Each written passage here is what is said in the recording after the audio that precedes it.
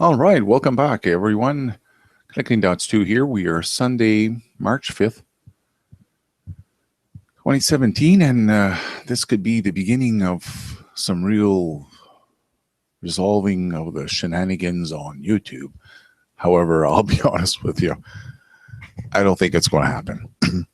And what I mean is, I'm speaking about the debate. So if you're here hoping that Dana was going to show up and debate me, I'm sorry, but he's not here. Okay. However, this is your opportunity to actually make it happen. And I kid you not. So I'll go over a little bit of brief insight over myself. Because I realize that there's a lot of new people on YouTube that have recently fallen in love with the whole Fukushima awareness thing, which is a good thing. And unfortunately, because you happen to show up here, quite a few years after the event has taken place, and you're seeing or coming across my videos at this point in time, oh boy, the name calling is just a little over the top here. Nuclear shill, I'm paid by the industry, so we'll debunk that in this very short video. However, this is, like I said, your opportunity to actually lend a hand here, and let's make this debate happen. We need some clarification on YouTube. We need some real truth, don't we?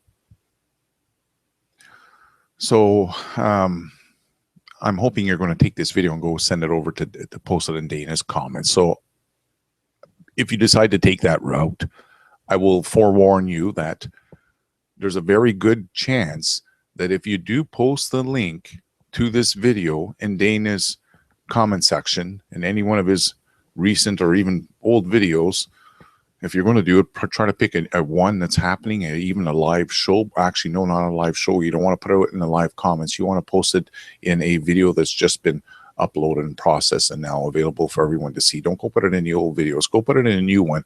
Hey, Connectingdots2 wants to debate you. Here's the link. So I'll be very clear over what we'll debate over here very shortly. But like I said, this is your chance because I cannot do it. All of my subscribers who've been following me since 2011 on Fukushima that are still around, they can no longer post any comments in any of Dana's videos. We've all been banned, including myself. I have Connectingdots2, I have Connectingdots3, I have my Silver Gold Man YouTube channel. I even have my trading channel that there's nothing on the channel. I use it to upload some of my trading videos that I send out to my traders over from my Silver Gold Man YouTube channel. Anyways, that's another story in its own. But I even tried in the very end. I'm like, oh, go use this one here. I mean, he won't know it's me because there's no Connectingdots2, there's no Connectingdots3, there's not Silver Gold Man. But at least I'll let him know in the comments that hello, it's me. Well, guess what? As soon as he found out it was me, gone. I'm banned also. So I'm hoping that you do take this opportunity and do deliver the message to his door.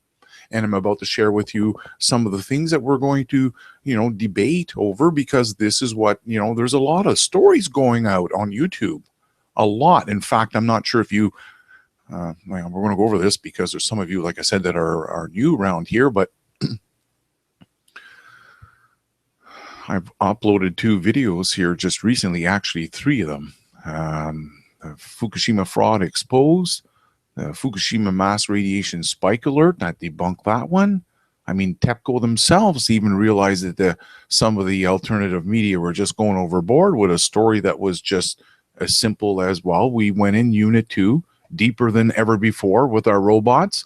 We went closer to the fuel rods. So yes, we've picked up higher readings. That doesn't mean that there's a nuclear fission has picked up and increased at reactor 2. It's simply that we've gone in closer than ever before to the fuel rods. It's that simple. I mean, that was debunked. I spoke for 24 minutes because we spoke about other topics, but it only took less than 3 minutes showing you some articles. So tonight we're going to show some articles. You can see probably up here. I got some stories, and we'll go over that shortly. And the latest one I was talking about, the mysterious cancer. Again, a story propagated by Energy News. And if you watch the video, I speak for 45 minutes. I realize that, but that's a live hangout, right? I don't speak about just the cancer. We talk about other stuff in there. simply because there's so many new people that are on YouTube that have just I've woken up to this whole Fukushima stuff. I'm like, I feel like I need to clear the air every single time I happen to grab the microphone, because every time I come out to my comments, I'm like, what the hell? These people saying I'm working for the nuclear industry? Well, hello, Houston. Let's help turn some lights on. And so we're going to keep turning the lights on here. And at some point, we're going to have a real debate, because this is one of the things Dana himself, this is what's odd about this. He's been talking about buying a Skype box and yada, yada, yada to have guests on the show. A year ago, he was talking about buying this special box. Again, it was about the Skype and having debates, live debates on a show. Well, I said, hey, I'll debate you.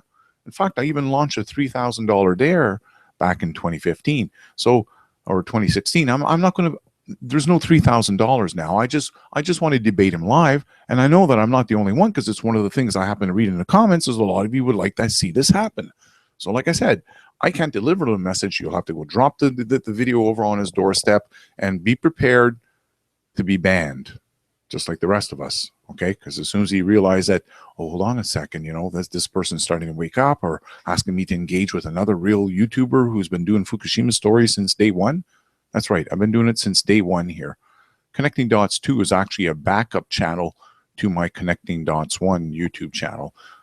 This was started, oddly enough, roughly just about a week before the tsunami hit. The tsunami hit was March 11th. I opened this on February 28th, and that's only because at my Connectingdots1 YouTube channel, you know, I was doing a lot of research on the economy and the conspiracies, whatnot, and we're told that, you know, if you're a conspiracy researcher, you should open up a backup channel, because 9 times out of 10, your channel will end up being removed. And guess what? That's exactly what happened. So I went to open up this Connectingdots2, and little did I know that they did end up taking down Connectingdots1, and then I went on to my other YouTube channel, and we're about to get into that. That was my other one, Connectingdots3, because I opened up this one, I mean the next one right after this whole thing started going sideways. So the videos here, again, if you haven't seen them, I highly recommend you go check them out. In fact, I have an entire Fukushima playlist. I'm the only one on YouTube that speaks about thorium, Thorium. If you don't like my video, again, go watch someone else's. There are, I believe, 2 or 3 other videos on YouTube that speak about thorium, that use the same image as I'm sharing, just to show folks that it's not highly radioactive. It's actually safe radiation. Did you get that? Safe radiation. It's called thorium. It's a word you'll never hear from Dana's mouth or anyone else that does, you know, any videos on nuclear reactors or radiation. You'll never hear them speak of thorium. So I highly recommend that if you don't like my stuff, go check out thorium. Maybe Dana and I may even debate that topic, but most likely not. I want to stick with some of the things that Dana has been speaking about, and more specifically, his death of the Pacific Ocean. I've mentioned this before. I live right along this beach here. I'm roughly about 8 minutes to 9 minutes away on foot, and by car I could be there in less than 2.5 minutes. So long story short, I live right there. In fact, you look at the mountain chain in the background, all of those mountains are the Olympia mountain chain, the Olympic mountain chain over along Washington, the state of Washington. So we've been told by Dana and Jeff Rense that the ebb and flow tide in this Strait of Juan de Fuca, you can go look it up. I happen to live here in the city of Victoria. In fact, it's shown right here on the map. I live on this island right here. I live right at the tip of the island where it says Victoria, and you can see the narrow strait right here along the edge of the island, along the border of the USA. And essentially, we've been told since the beginning that the ebb and flow tide, because it's world renowned here for the tide that flows here, very strong current. And we were told that the ebb and flow tide had washed all the radiation, and this is why Dana had gone on this this Dana Durnford fellow, who I'm about to show you in a moment. Well, you've already seen, I guess, in the steering wheel. Eh? Surprise, surprise, I'm here. Long story short, Dana had gone on a boat, and all along this coastline. That's right, I'm actually out on the Pacific Ocean here, and he's on the interior. So he was telling people on the Jeff Rense show and others that this is the ebb and flow tide had washed all the radiation. I'm like, well, that's funny. I live right here in Victoria. So if you want to see some of the footage here, I've just gone down again recently 9 months ago to show people that, hey, it's still alive here. It's the same as it was back in 2014 when I came down here. Nothing's changed. And the best is, like I said, I've actually gone right to Dana's beach. So some of the, or I should say, yeah, his beach, his hometown in Powell River, BC. Or, yeah. Anyways, long story short, go check it out. That's an hour and 8 minutes. It's not me speaking. It's me showing you all the wildlife I happen to come across. I mean, marine life. It was, you know, you think starfish are missing? Oh, boy. The amount of starfish. You know, he can't even say the word oyster. Oyster, oishi. He can't even say oyster. He has to try to pronounce it 3 times. He has his friend behind him, who happens to be a Frenchman of all things. No, it's oyster. Oh yeah, okay. You know, so people have said that he can't speak English with us because he's in. Unfortunately, he's a Newfoundlander who's not very well educated, and yeah, he's playing the role of a nuclear proctologist. Well, the proctologist is what? Dealing with poo. And that's exactly what we're going to be debunking. The poo that he's spewing out there, how these, the reactor number 4, there's no building up there. So Dana, I'm asking you to come out here and debate. That'll be one of the topics. And obviously the biggest one, Dana, is going to be how, you know, we're going to be dealing with the fact that you've been telling everyone that the Pacific Ocean is dead since August of 2014. Now, don't say you haven't been saying that, because Dana, you realize I have been following you since day one. So before I get into all the other things, folks, I want to first point out a couple of things. And number one, we are speaking about Dana Durnford, okay, whose YouTube channel is Beautiful Girl by Dana. Again, in case you're new, this is the first time you come around, I want to clean the air so we all know who we're speaking of. And he has a long track record of fear-mongering, taking stories and stretching them, misrepresenting facts, taking old stories from the initial meltdown of 2011, the data that was picked up in either Geiger counters or atmospheric readings, and taking them to scare people. I'm not into scaring. I'll get into that. Again, if you're new around here, hang tight. I'm the only one who speaks not only about thorium, but I'm also the only person on YouTube who's actually raising funds for a gamma spectrometer, and we'll speak about that later on. Right now, I want to stick with the program, and that is inviting Dana to come out and debate, getting you to go out and deliver this message. That's the number one goal here, is I need you to be the delivery person. You have to understand it's going to be a constant. I'm hoping it's going to be one after another of you folks who don't trust me will go out there and deliver this message right into his comment section and say, Dana, this gentleman, I watched this video that I linked right down below, and turns out he's been doing Fukushima videos since day one of the tsunami, not the meltdown, but the actual tsunami. Dana, he wants to debate you. Please debate him. He sounds reasonable. I'd love you to go out. I'd like to hear you debate him. I need you to deliver that message. I'm telling you right now, he's going to ban you, but at least you will know in your heart that I'm not lying, and he does not want to debate. He does not stand a chance. We'll make this a fair debate, by the way. It's not going to be a shouting session. So if you're thinking we're going to get out there and it's going to be, yeah, it's not going to be one of those. I want this civilized. Don't you want the real facts? Good. I want a civilized debate. We're going to give him 5 minutes or whatever. You guys can decide. 3 minutes, 5 minutes. We need something kind of reasonable. Maybe 3 minutes is decent. 3 minutes, fight the facts. And we'll stick with one topic, not hop around, because this is what I've done in the past. When I tried to debate people on gold and silver, they hopped around and wouldn't stick with the topic. Why?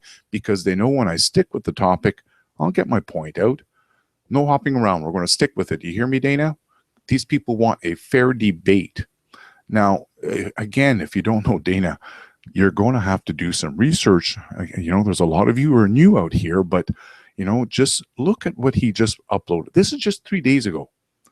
He's back in hot water. And by the way, I've said this before, if you're new around here, that I've spoken to his Crown attorney. You're saying, what? Crown attorney? Yes, Dana has already been charged. He's actually he's already a criminal.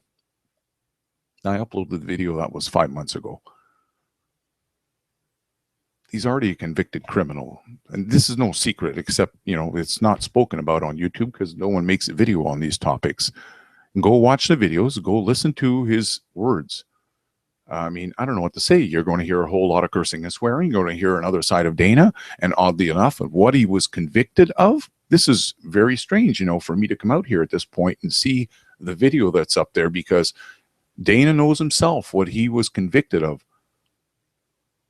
Under the Canadian Law Act, Section 264, uttering threats of hanging nuclear scientists, except he actually mentioned 2 of the nuclear scientists and encouraged his followers to go out there and not necessarily, you know, specifically them, but would call them nuclear scientists.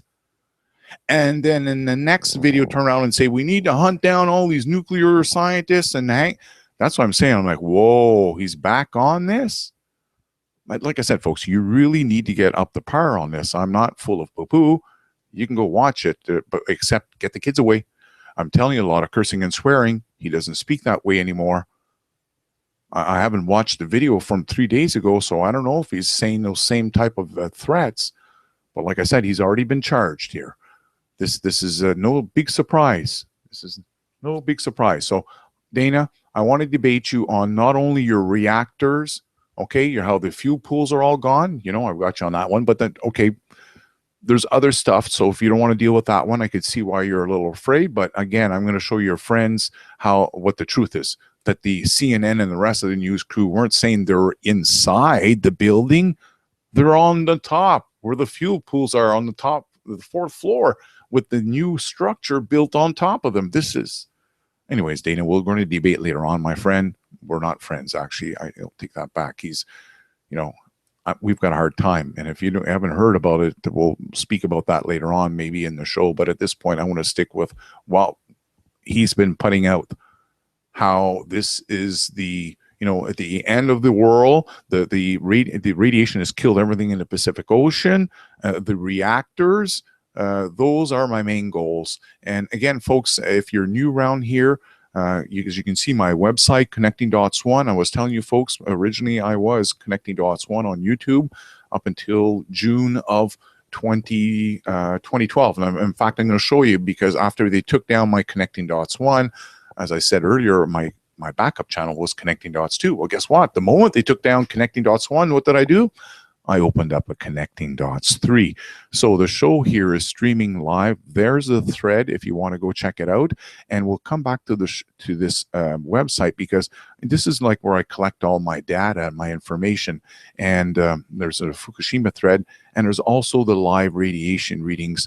So we're going to come back to that, because a lot of you are being feared on YouTube, and you're hearing all kinds of unbelievable readings out there. So we're going to even debunk one of the websites, and we're going to be using you know, not controlled data. This data comes from individuals. We'll get back to that, into that later on. I want to continue on with what I have lined up here, but it's important because this is one of the things I've heard people, you know, they're worried that they've heard that there's massive elevated readings along the West Coast, and I'm going to use this website as well as another website that uses data from independent people. In fact, they even have a little rundown here that if you want to participate, okay, in this nationwide radiation network, they tell you what type of the compatible Geiger counters for you to buy.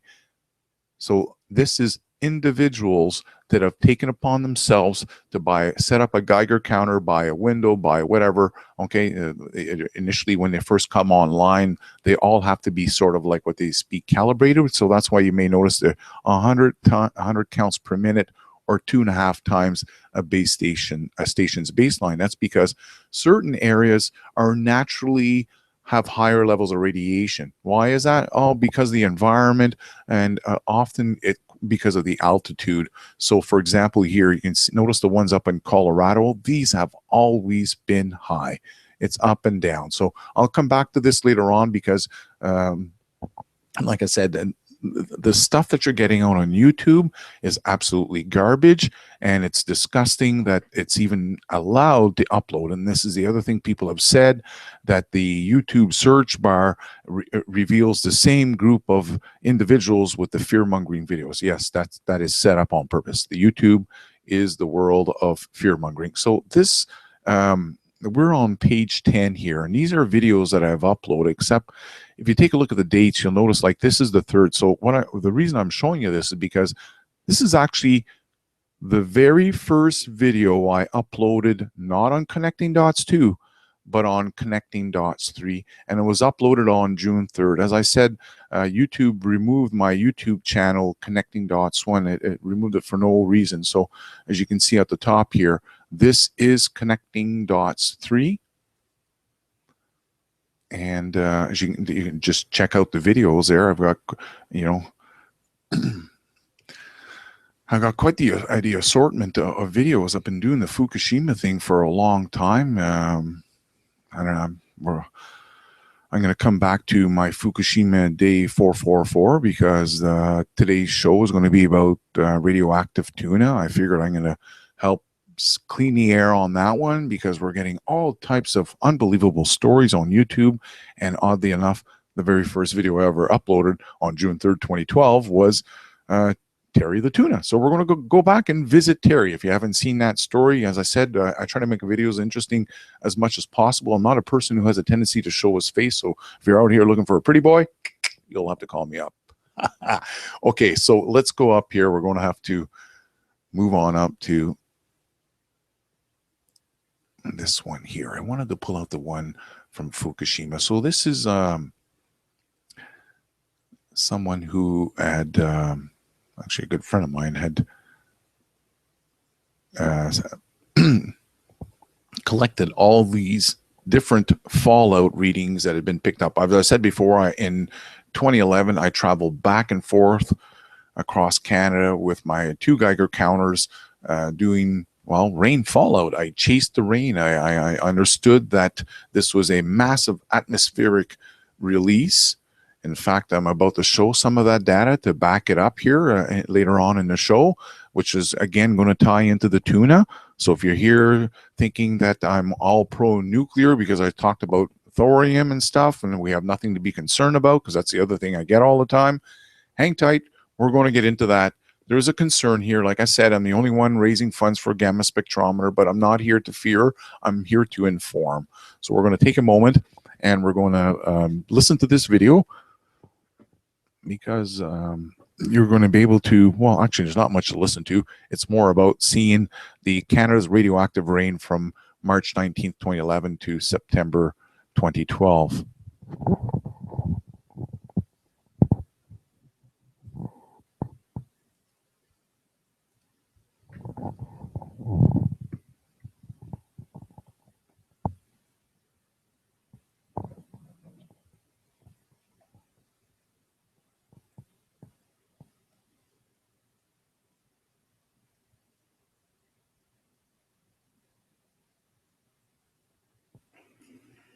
Now, before we go further, I would like to make this statement here, and the statement is that nuclear science provides access to some of the most sensitive and non-destructive measurement techniques, and this is the reason nuclear sciences are used in life sciences, therefore we are using a PET scan.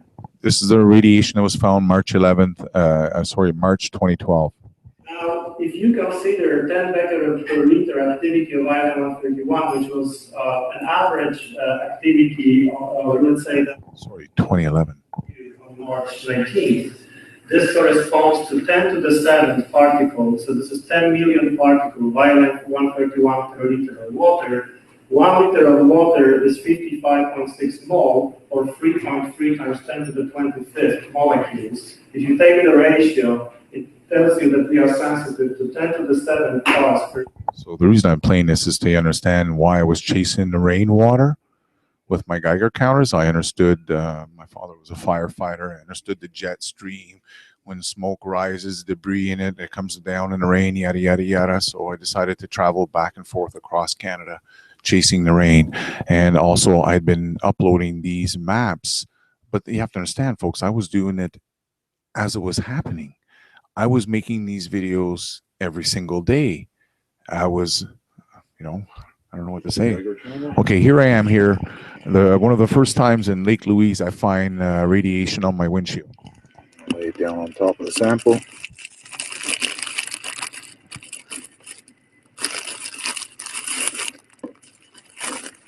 Ooh, right off the get-go.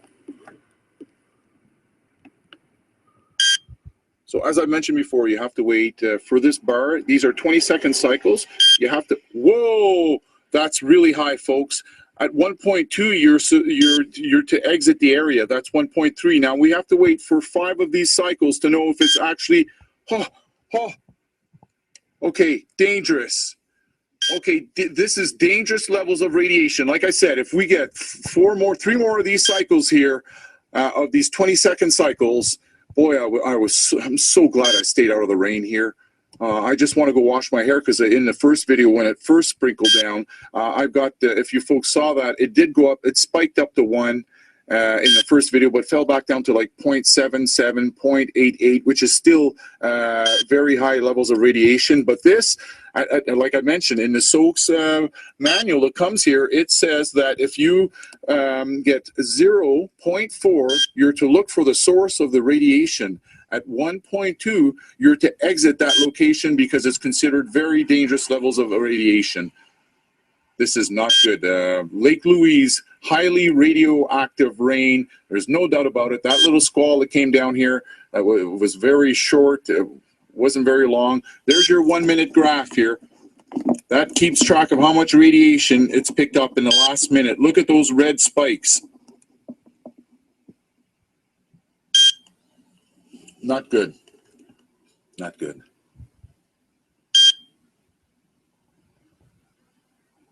And like I'm far away here from the West Coast. We're 0.66. Oh. I don't know what to say. This is unbelievable, folks. Just unbelievable. So those of you who are doubting if Fukushima is coming here on the West Coast, well, I'm in Alberta already, and here we go, 0.68. Yeah, I was shocked. Shocked. Okay, so again here, this is a cesium-137 map, and this is August 2011 near Toronto.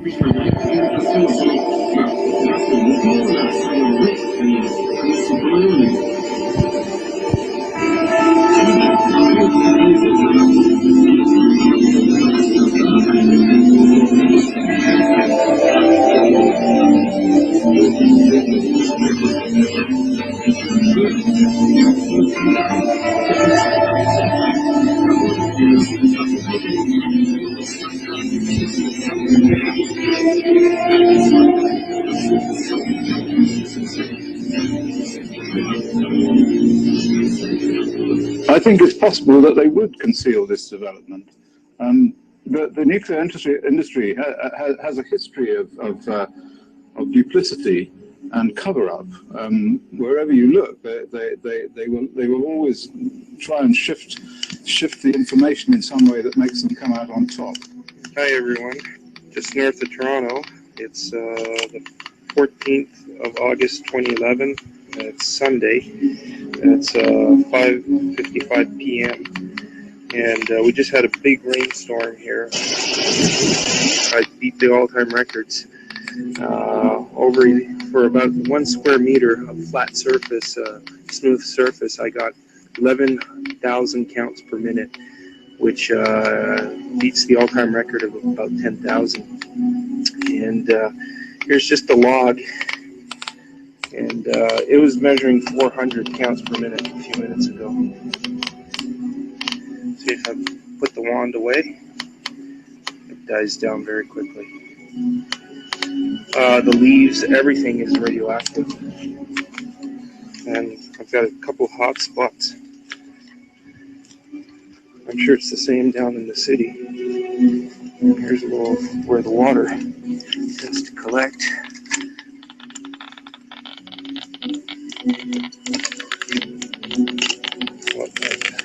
I just peg the needle. I'll change scales. This was at the ×1 scale. This is the ×10 scale. Sorry, it's a little fuzzy. Let's see what's that.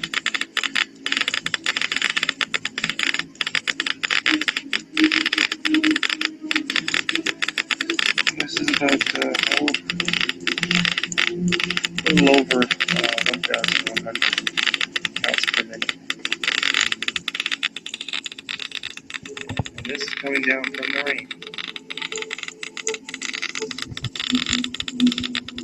Now here I'm at my solar panels. I brought a paper towel, Bounty brand, 2 of them, 2 large ones. I'm going to fold it a bunch of times.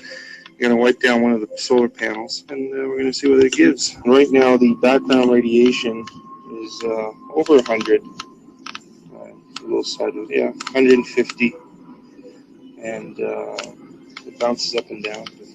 That's not normal. Usually, the background radiation here is around probably 100. What am I saying? 40, 50 counts per minute. Sometimes it drops down as low as 20. So I'm gonna start wiping this guy here. Okay, so I've just wiped down the panels. This is what it looks like, and it's a little dirty from pollution. We have a quarry to the south of us, so there's always a bit of dust. It's not actually the dirt that's radioactive. It's colorless. I had cleaned that panel previously before the rainstorm, I would have collected very little dirt. So now I'm on the scale ×1. So let's see what that gives us. Okay, just peg the needle. Let's go second scale ×10. Let's let it settle back down again.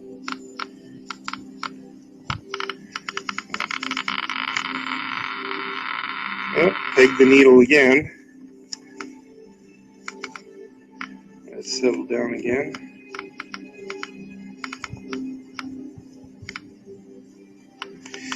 Let's try this again. There we go.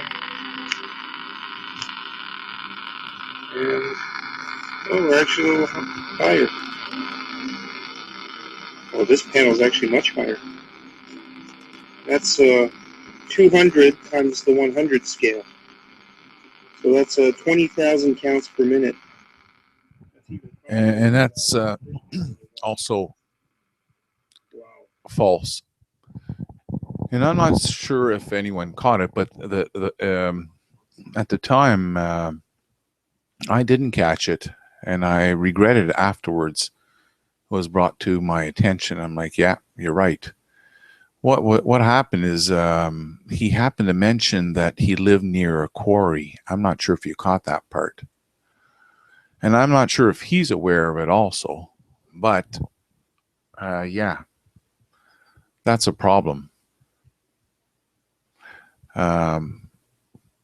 It's the one thing I did make sure is that the surface that I was testing, which was my windshield, was kept immaculate. I mean, the only thing that you may have caught on my windshield would have been, fresh bugs that had fallen that morning or that afternoon, because I literally, the windshield on my vehicle was kept spotless. I had Windex on there all the time. Anyways, that's unfortunate, but other than that, the other readings were accurate, and one of the ones that I picked up was in Lake Louise. Lake Louise was high, but also another reading in the city of, I believe it was Calgary that morning, coming into Calgary. And I know this time it was actually Fukushima radiation, because I arrived here to Vancouver only to find out from the news, Health Canada had released some information how their Geiger counters had picked up Fukushima radiation.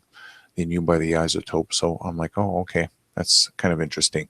All right, so I want to go back to Terry the tuna. This is one of the big things here. We keep hearing how, everything is contaminated, blah, blah, blah. You know what? To a certain degree, yeah, and especially certain fish, they're more contaminated than others. But I want to bring some clarity to this whole story. And there may be Dana will want to debate me on this one. You never know. I doubt he'll even come, folks. But again, this is your opportunity to deliver this video in as his comment section, not during his live show, because the live show comments disappear immediately, but wait till the show has been processed and has been uploaded and he's not streaming live. Drop the message in that comment, and let's see. Someone says in the comment section, keep it civil. Absolutely, absolutely. It'll be civil. Anyway, so again, going back to Terry. Why did I put this one up here again? Oh, I can't remember. But let's go back to Terry, because this is one of the big things. I try to keep my videos packed with information. And when I was doing my story back then on Fukushima, the tuna, I was trying to understand why, all the fish, all the tuna that were tested on the West Coast, all 15 fish came back, 10 times more radioactive. So I went digging into that story, and that's when I found out. I was like, oh, okay, look at this. Back in 2005, turns out they tagged a tuna. They nicknamed him Terry, and they tracked him for 600 days. And it really, this is why we've had they've been talking about the tuna so much, because prior to the study of 2005, everyone that was studying marine life or fishing or whatever, anything had to do with tuna, I guess, and fish, was always under the presumption that the tuna living off the coast of California was one group of tuna, and the tuna that were living off the coast of Tokyo there was another group of tuna, two separate groups here.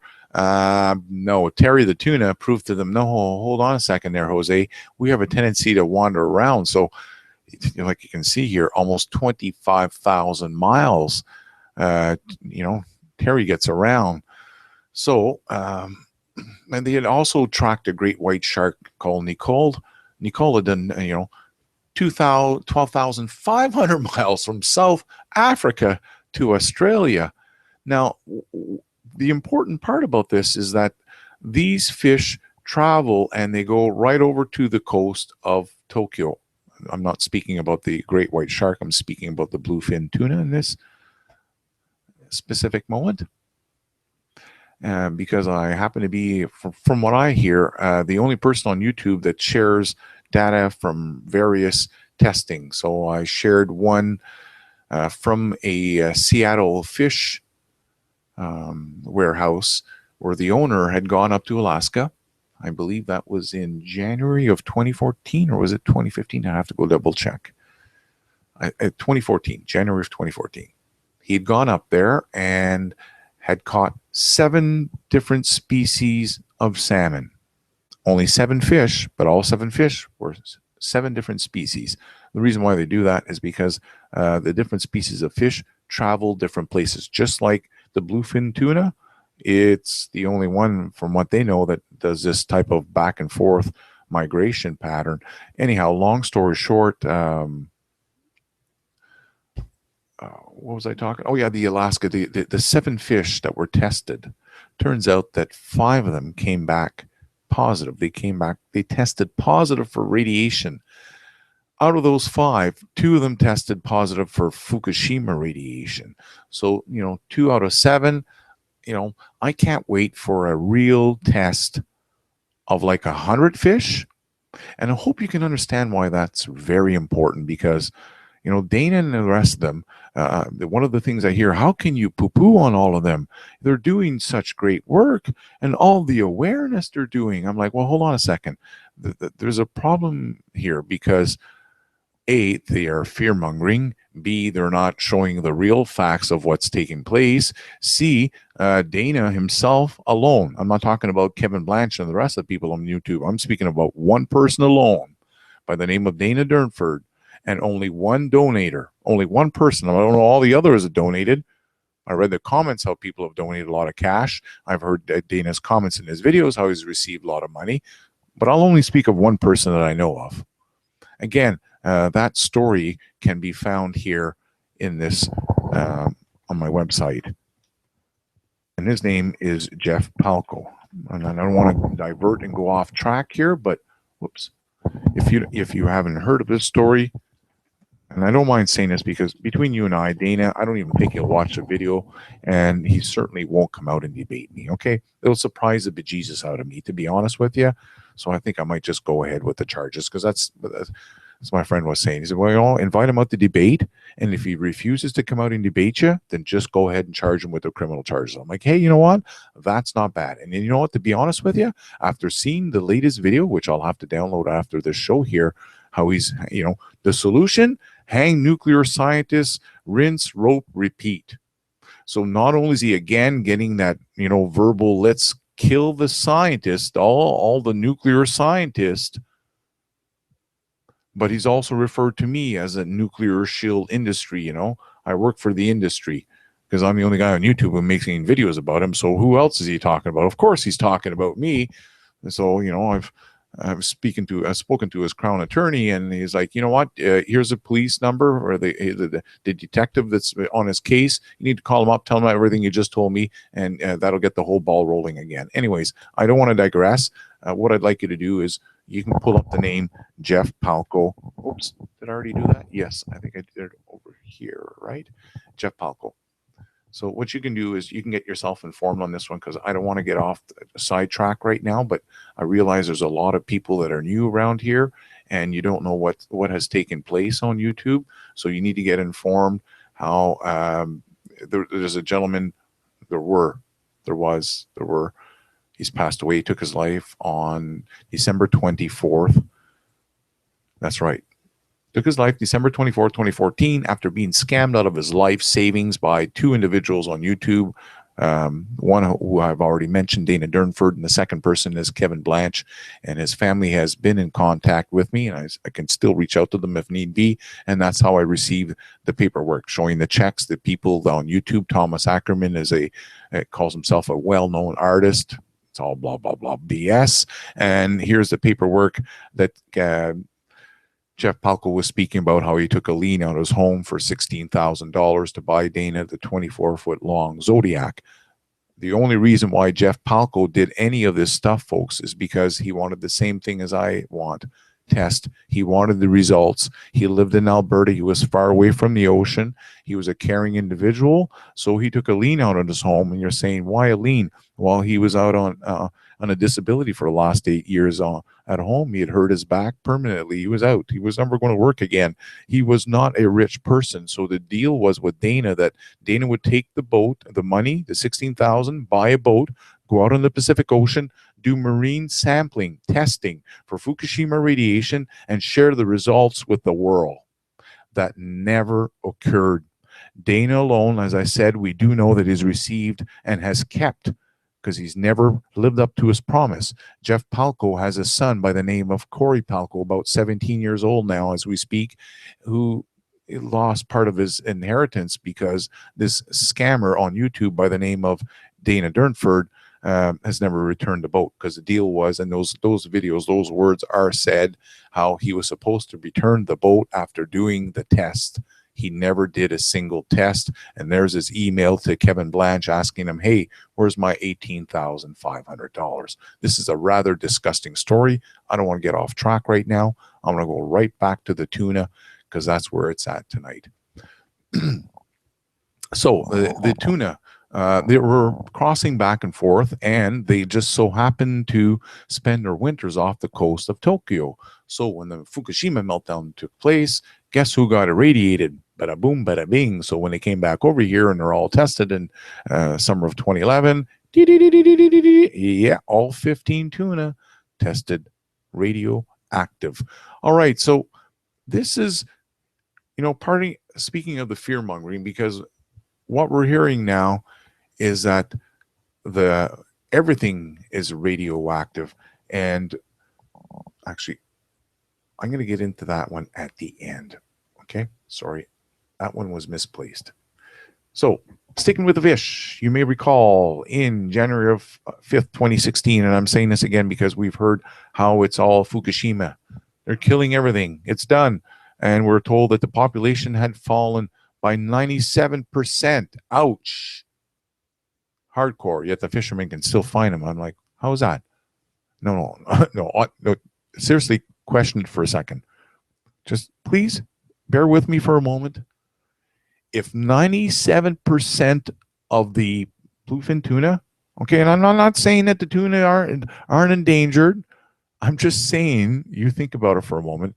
If 97% of them they're gone, they're no longer here, there's a very small group running around in a big, massive ocean, very small group, but they're still catching. Anyways, long story short, there was a problem, and the situation was appearing to not look very good. So there was what? They need to put a fish ban on them. And back then, and I'm still hearing it now, no, it's not because of overfishing. I'm like, well, okay, whatever. And the proof is there. Here's the problem. Nobody wants to go look for this stuff. So the fish that's supposed to be on your sushi is going extinct. The overfishing has rapidly depleted the population fish commonly used for sushi, and it's only a matter of time. The Pacific blue tuna, they're down 95% apparently, prompting conversation calls or conversation organizations to call limitations on commercial fishing. Federal catch limits for red snappers have helped the population rebound slightly, but it's not expected to fully recover until 2032. So they put a limit on the snappers to help boost, the bluefin tuna that eat the snappers. So they're saying until 2032 here. But, there's a list here. National Oceanic Atmospheric List halibut. Atlantic halibut. Hold on. Not Pacific. Atlantic as a species of concern. So this is why I was saying, folks, you're not getting the full story on these people on YouTube. They're going to tell you the fish are all dying, but they're not going to tell you, oh, well, it's caught over in the other ocean. Okay, are you going to tell me now that there's so much radiation in the other ocean too that the fish... Come on, okay? We can't keep going down this path of nonsense. We need some truth out here, okay? So this is the video that's going to be a wake-up call. Again, 10 fish you're eating that are endangered species. This was on September 27th, 2011. I'm not going to go to the whole story, obviously not. You can hit the space bar if you want, but bada boom, bada bing, there's some of them. We're going to go down to the top. Number 10, orange roughy. Number 9, eel. Number 9, 8, haddock. 7, halibut. 6, Atlantic cod. Next page. Did you get the Atlantic cod? Okay, good, because it wasn't Pacific cod. Skate. Where are they from? Abundant in the Atlantic and the Mediterranean. Again, that's top 5, guys. Number 4, Atlantic salmon. Sea bass. Yeah. Oh, you're lucky because those ones are again on the California coast. Oh, no. Including our giant sea bass. Okay. So, yeah, several species. Sturgeon. That's right. Sturgeon. And number 1, bluefin tuna.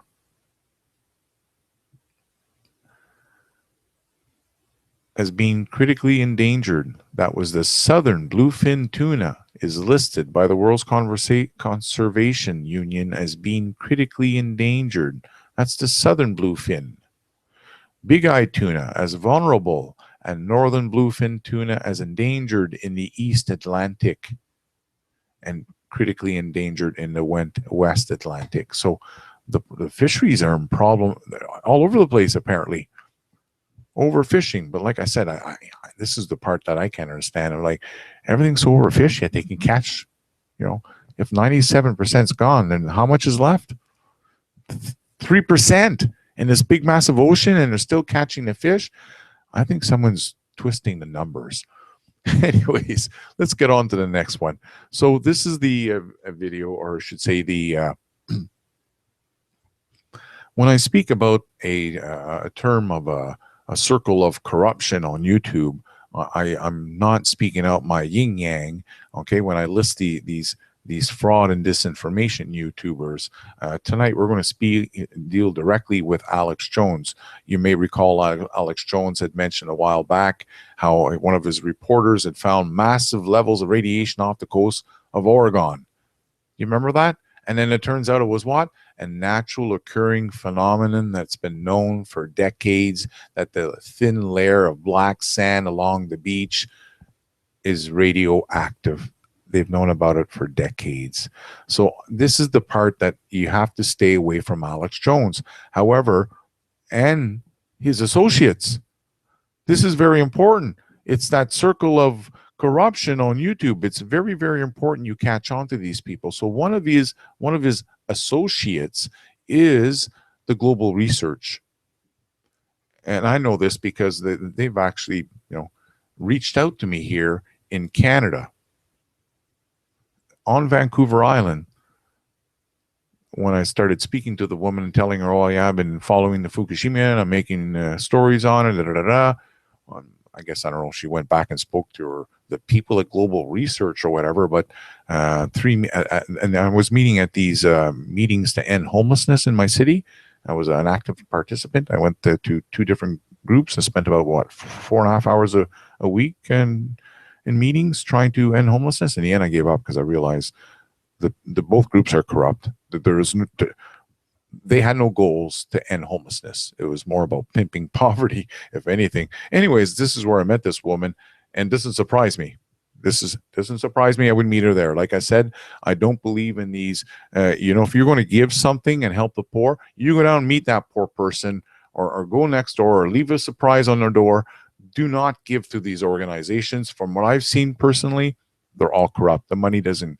The real people that need it don't get what you're giving anyways. There's someone's skimming off the cream off the top. Anyways, without digressing, this is where I met this woman, and she told me, she said, I work for Global Research.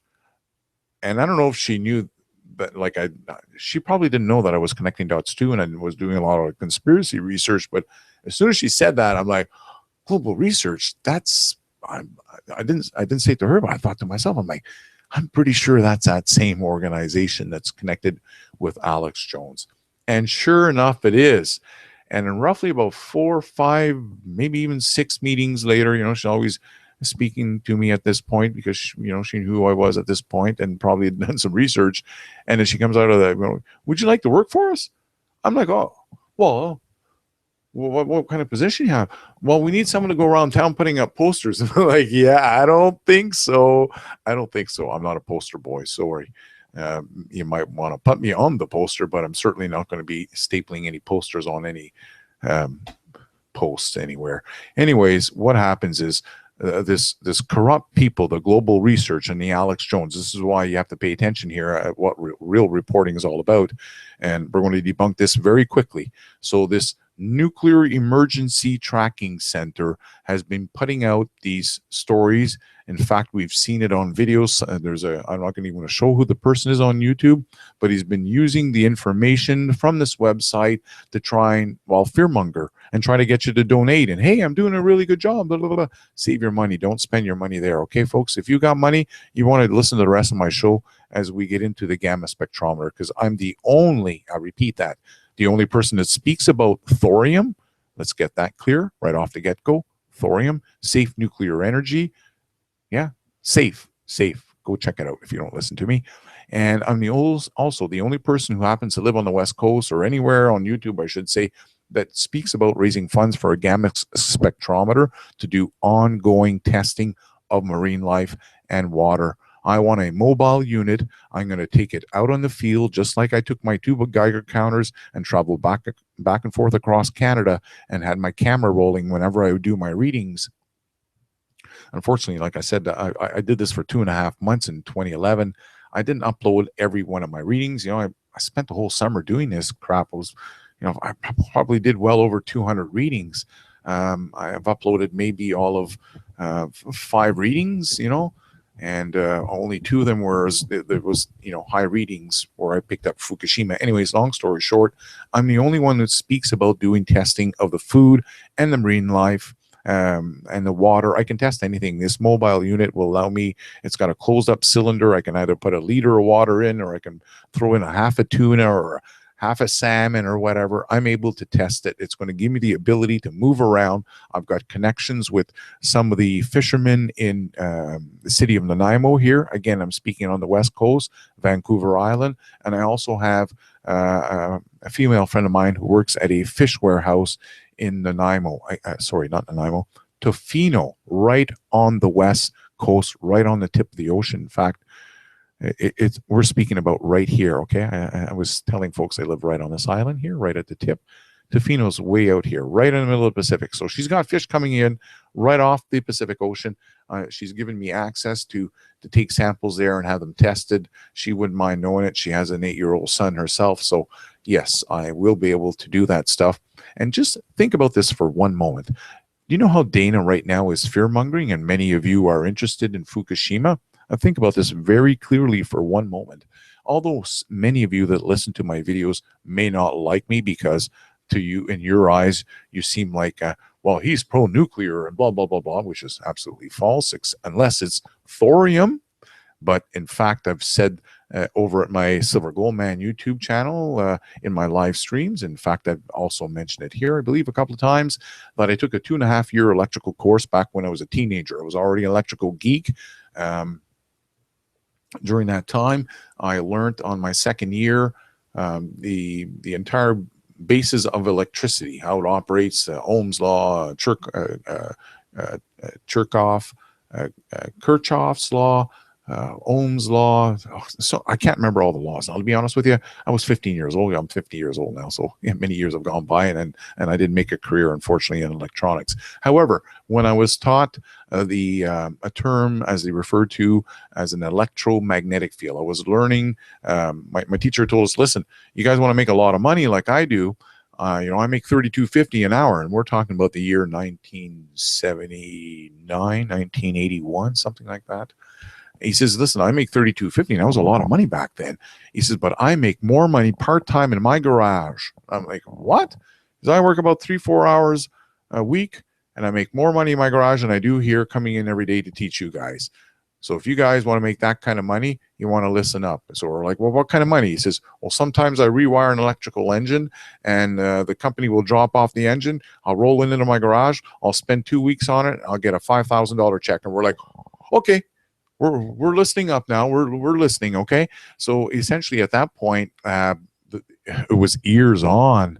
And I remember my teacher, I'm not very lucky because my father happened to have given me a magnet, a real rock magnet, a small one. Right? It fit in my hand. I was just a young boy. I was probably about 4 years old.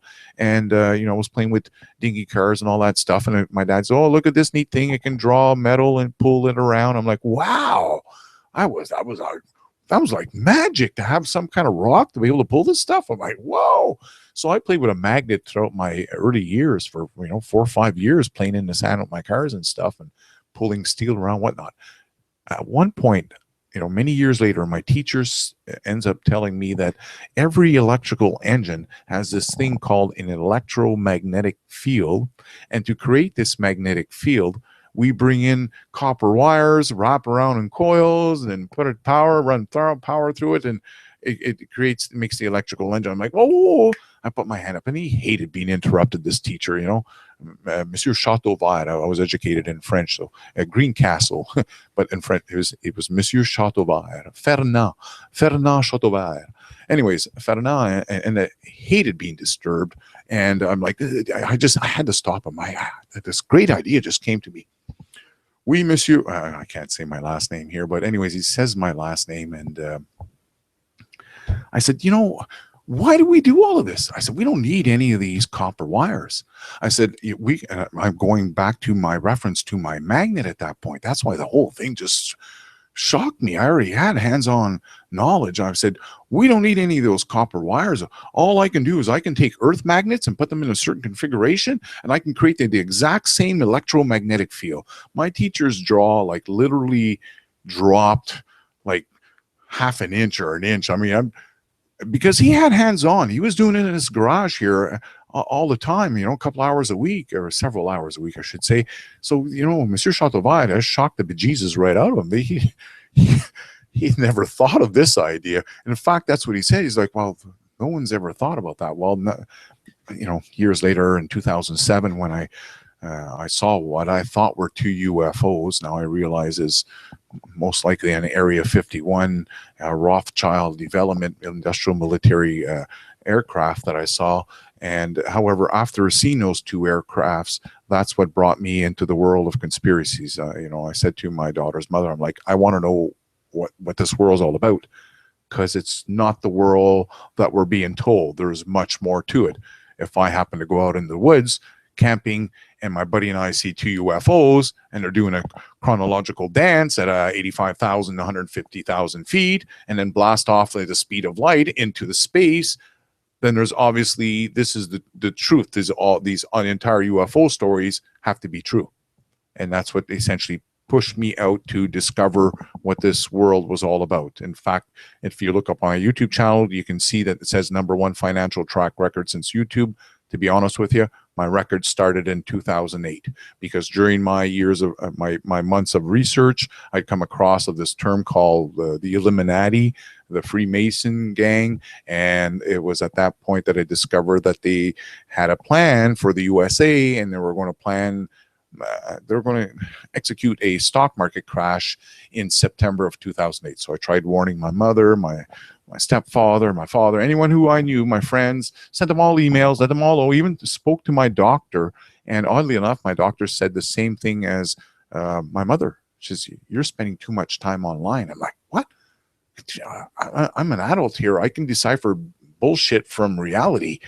I'm a researcher. I research this stuff. I don't just read one article. I search for another article to back up that other article and to find out who wrote that article and who they're associated with. I mean, this is what you do as a researcher. Anyways, long story short, I was absolutely correct. In fact, I even picked up the phone the day before the stock market crash of September 2008, and I begged my mother. She wouldn't even answer my phone calls at that point because I'd been working on her for 6 months. You have to understand, my mother's was too old to go back to work, and I knew she had all of her life savings all wrapped up in the U.S. market. So I begged her for 6 months, Mom, please, come on, I'm telling you. I'd send her an article. And then I'd shut up for a while and just send her articles from other people who kind of, thought had a similar idea, except I come right out and I said, listen, it's happening September 2008. Get out there now while this market is still surging. She wouldn't. So I called her up the day before. I said, okay. She wouldn't answer the phone. So I had to leave her a message. She was she built a home on the beach in Mexico.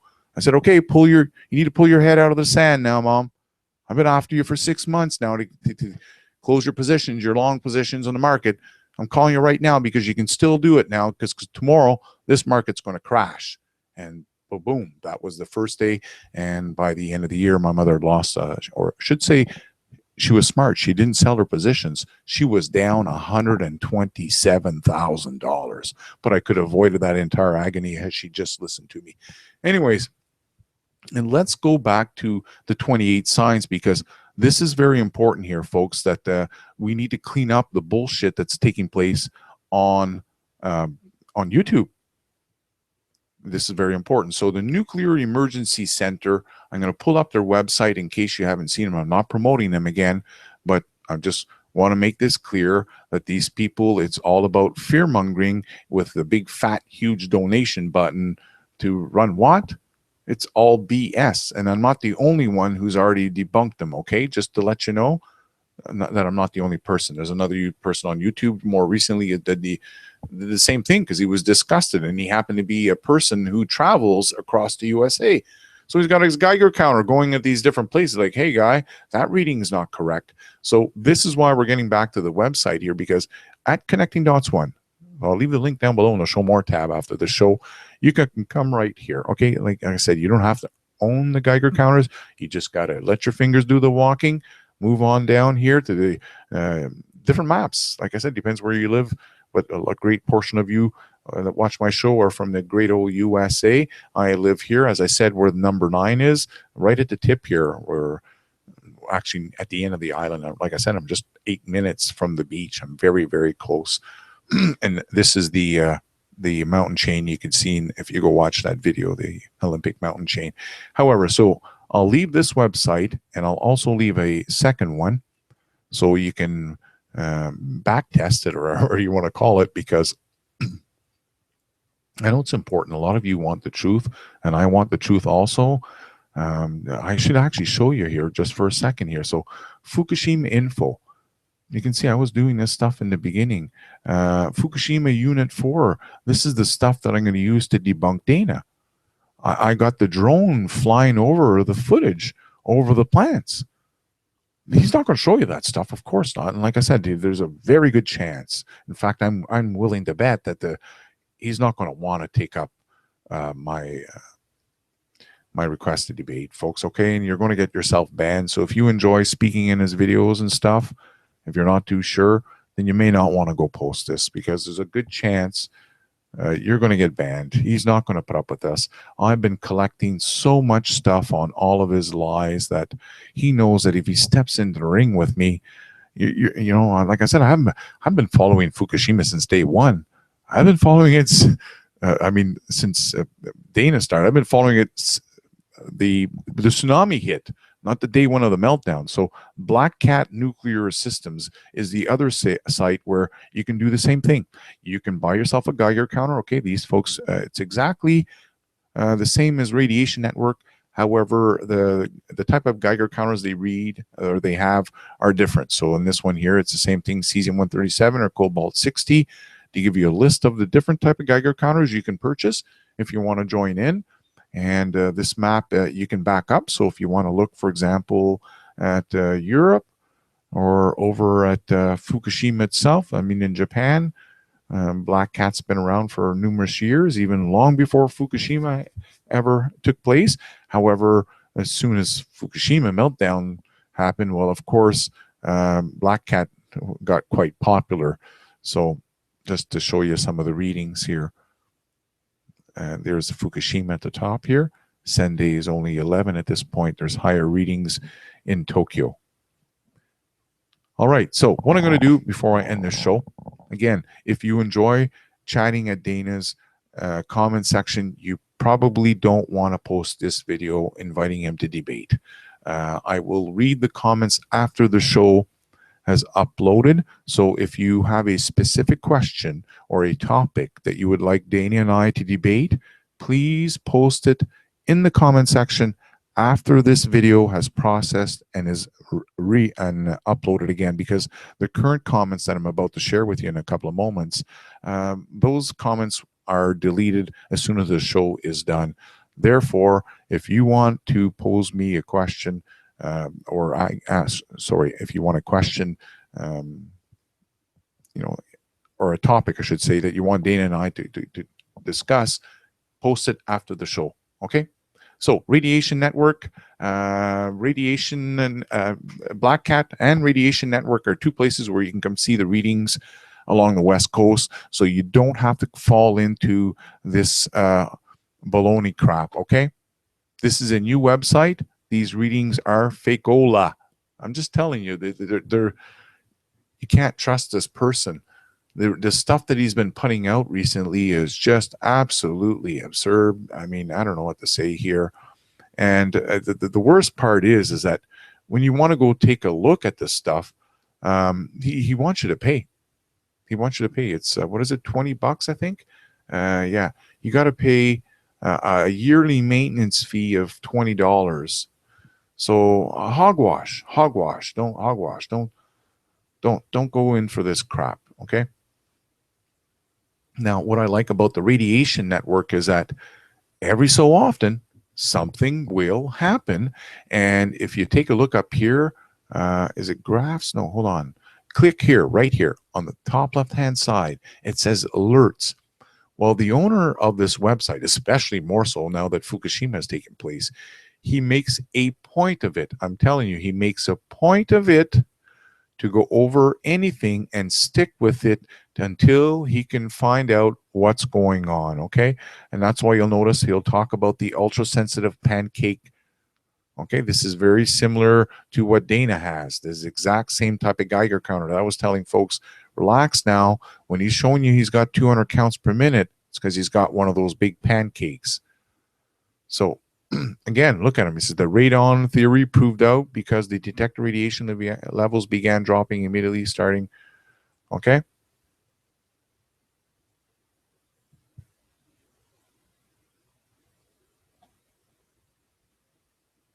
prone to radon accumulation.